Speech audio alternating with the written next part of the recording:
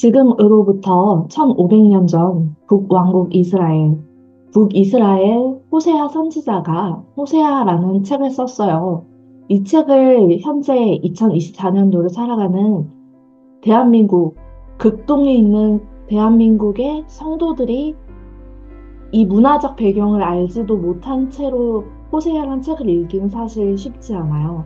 그렇기 때문에 우리는 앞뒤 문맥에 따라서 이 내용이 긍정적인지 부정적인지 유추해야 하고 전체적인 맥락을 순조롭게 이해하는 것 정도로 이 성경책을 충분히 읽을 수 있어요. 이뿐만 아니라 성경책을 읽는 것뿐만 아니라 어떤 사람, 어떤 단체, 어떤 기업을 이해하는 행위도 상당히 동일합니다. 우리가 모르는 정보들이 있을지라도 그 사람, 그 단체가 행해온 궤적들을 확인할 수 있고 그들의 공동체 안에서 널리 퍼지는 말들을 분명하게 이해하면 어떤 공동체가 좋은 공동체인지 그리고 나쁜 공동체인지 그리고 좋은 공동체에서 나쁜 공동체로 변질해 가는지 혹은 나쁜 공동체에서 좋은 공동체로 변화하고 거듭 성장하고 있는지를 살펴볼 수 있어요. 그러면 이번 시간에는 호세아 9장을 읽어볼 텐데요. 먼저 8장을 요약해 보도록 합시다. 호세아 8장 4절에서는 은과 금으로 이스라엘 백성들 스스로를 높이기 위하여 우상을 만들었고 송아지 우상을 세우는 등의 하나님에 대한 반역의 행위를 합니다. 그로 말미암아서 이들은 수고로이 노동을 하여도 열매 맺지 못하고 주변의 여러 나라 가운데서도 즐겨 쓰지 아니하는 그릇 같다라는 평을 받을 정도로 형편없는 나라 그리고 형편없는 지도자 그리고 형편없는 백성들로 전락하게 됩니다. 이어서 호세아 9장을 읽어볼게요. 형벌의 날 보응의 날 이스라엘아 너는 이방 사람처럼 기뻐 뛰놀지 말라. 네가 음행하여 내 하나님을 떠나고 각 타작마당에서 음행의 값을 좋아하였느니라. 타작마당이나 술틀이 그들을 기르지 못할 것이며 새 포도주도 떨어질 것이요.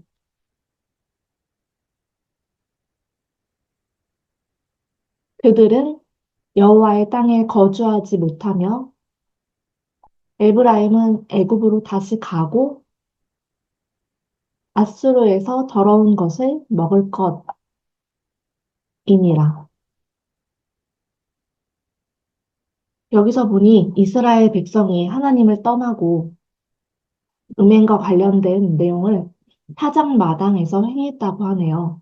이렇게 부정적인 내용들이 줄을 읽고 또 뒤에도 여호와의 땅에 거주하지도 못하게 만들겠다라는 하나님의 심판이 이루어지고 이러한 일련의 부정적인 내용들이 나오는 것을 통해서 타작마당이나 술틀이 그들을 기르지 못한다. 그리고 새 포도주도 떨어진다는 내용들이 부정적인 내용임을 미루어 짐작할 수 있어요.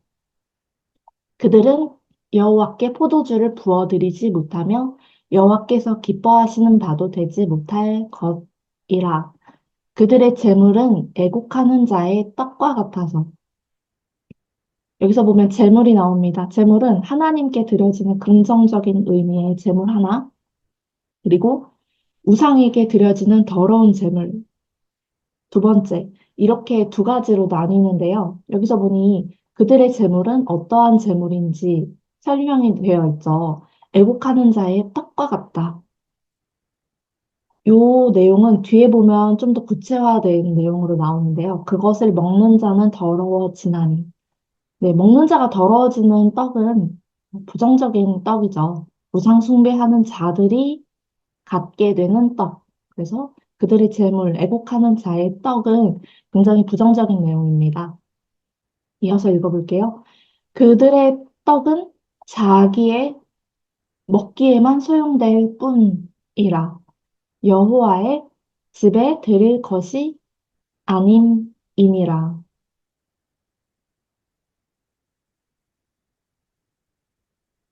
여기서 말하는 재물은 애국한 자의 떡과 같아서라는 내용은 부정적인 내용이니 밑줄을 좀 물결로 그어보고 넘어갈게요.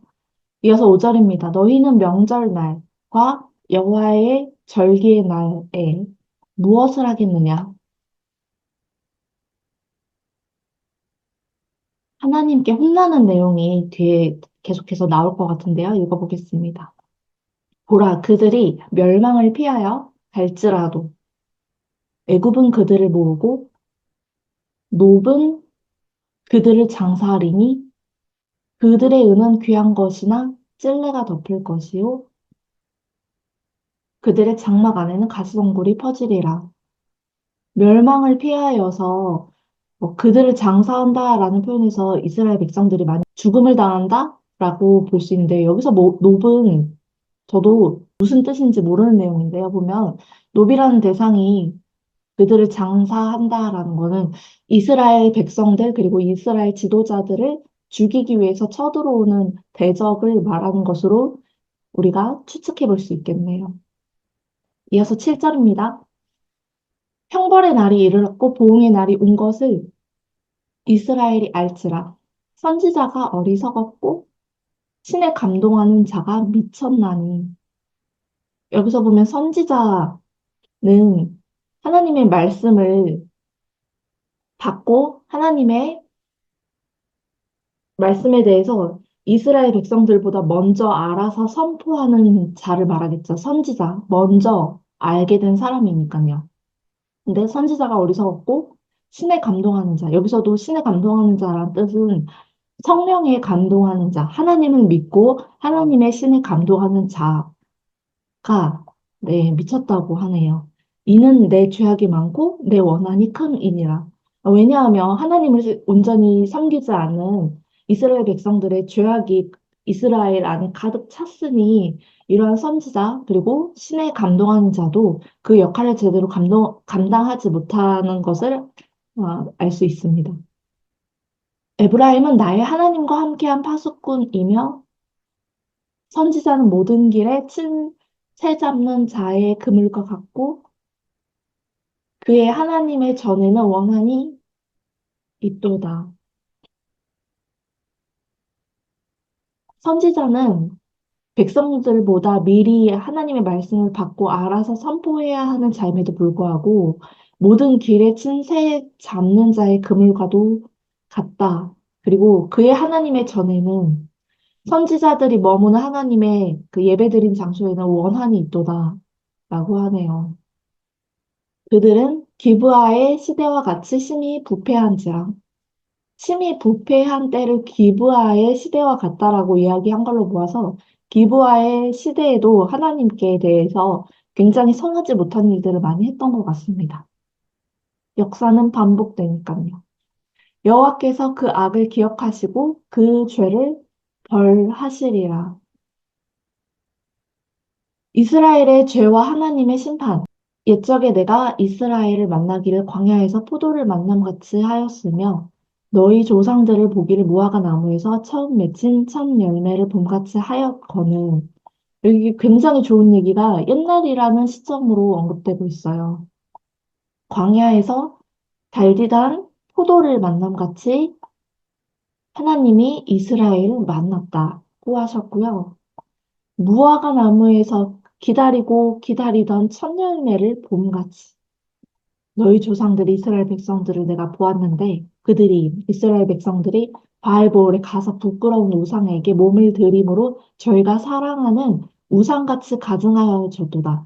우상을 사랑하는 사람은 그 우상에게 몸을 들여서 음란한 행위를 직접적으로 본인 손으로 본인 몸으로 하게 되어 있어요.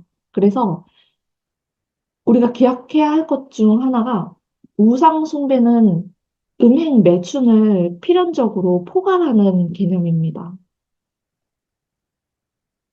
에브라임의 영광이 새같이 날아 가리니 해산하는 것이나 아이 베는 것이나 임신하는 것이 없다. 없으리라.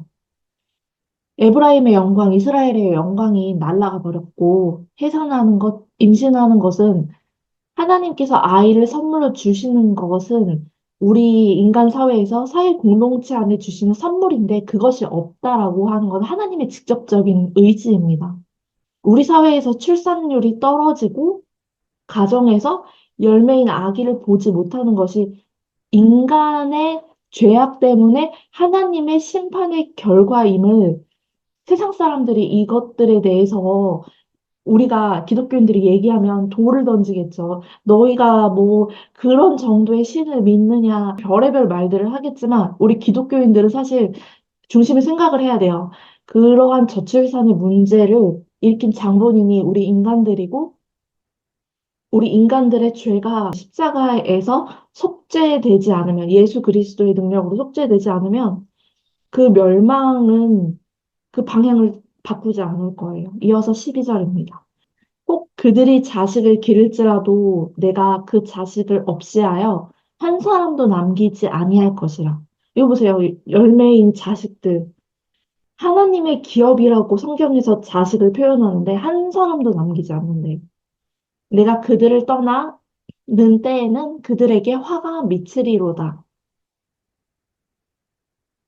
내가 보건대 에브라임은 아름다운 곳에 심긴 두로와 같으나 여기서 보면 두로는 아름다운 곳에 심겨 있는 그 무엇을 말합니다. 에브라임은 아름다운 곳에 심긴 두로와 같으나 그 자식들을 살인하는 자에게로 끌어내리로다. 아름다운 곳에 심기신 분은 하나님이신데 그 자식들을 살인하는 자에게로 이끌어내는 자들은 바로 이스라엘 백성들입니다. 여호와여 그들에게 주소서 무엇을 주시를 하나이까 알배지 못하는 태와 젖 없는 유방을 주시옵소서.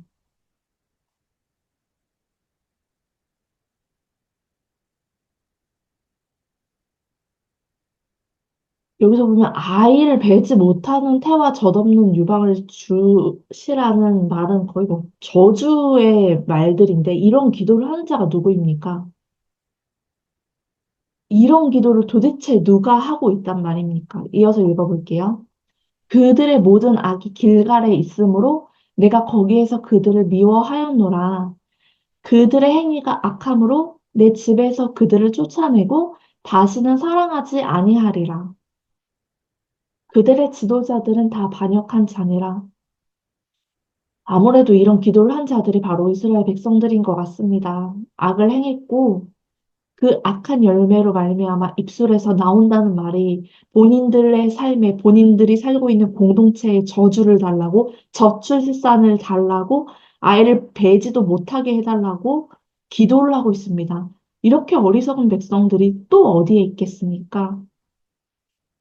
이어서 16절입니다. 에브라임은 매를 맞아 그 뿌리가 말라 열매를 맺지 못하나니 비록 아이를 낳을지라도 내가 그 사랑하는 태의 열매를 죽이리라. 그들이 듣지 아니하므로 내 하나님이 그들을 버리시리니 그들이 여러 나라 가운데에 떠도는 자가 되리라.